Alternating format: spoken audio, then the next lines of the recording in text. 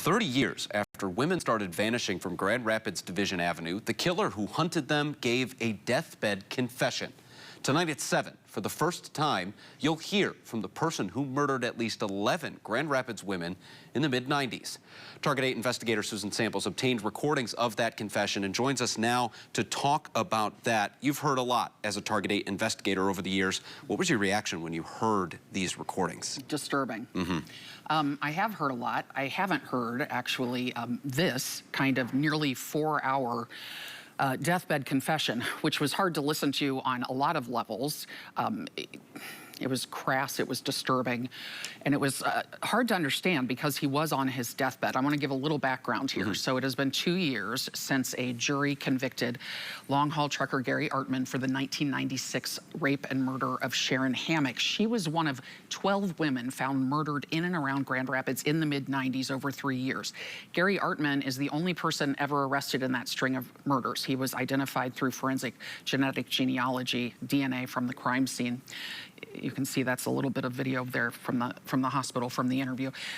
He had denied killing Sharon Hammock until 2 months after his trial, which was in 2023, September 2023.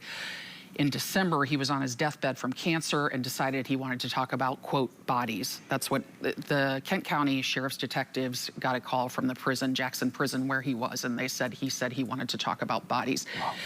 So they got over there, and we obtained these recordings because he was convicted in the Sharon Hammock murder, but there are more than a dozen, actually, other families who are still looking for answers and don't know. Now, he did say, they said, how many women did you murder? And he said, go with 11. Let's see what you can find out about 11. Wow. So, and a lot of what he said was kind of vague, so it was hard to connect him to certain cases. So these families are like, is there a killer or killers still walking around, or was it definitely Gary Artman? And in addition to the 12 women whose bodies were found, there are 4 more women who just vanished and have never been seen since.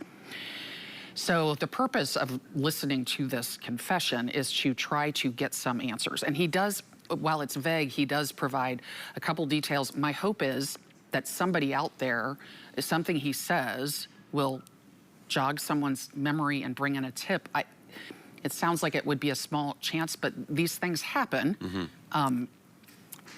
We'll see. I just hope people watch it. And these women need to be remembered.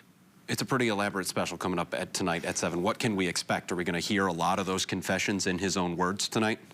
Yeah, we play a lot of the confessions, but we also try to keep it to things that are helpful in the investigation and not just a lot of sensational stuff, because he is a disturbing person to hear, and we don't need to hear that just to hear it.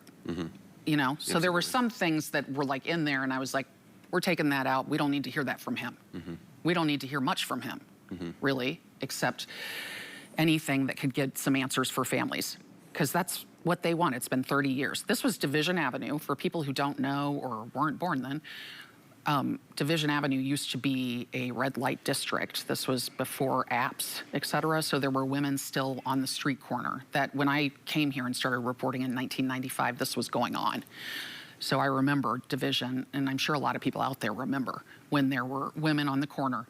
So many of them were struggling with addiction. That's why they were out there.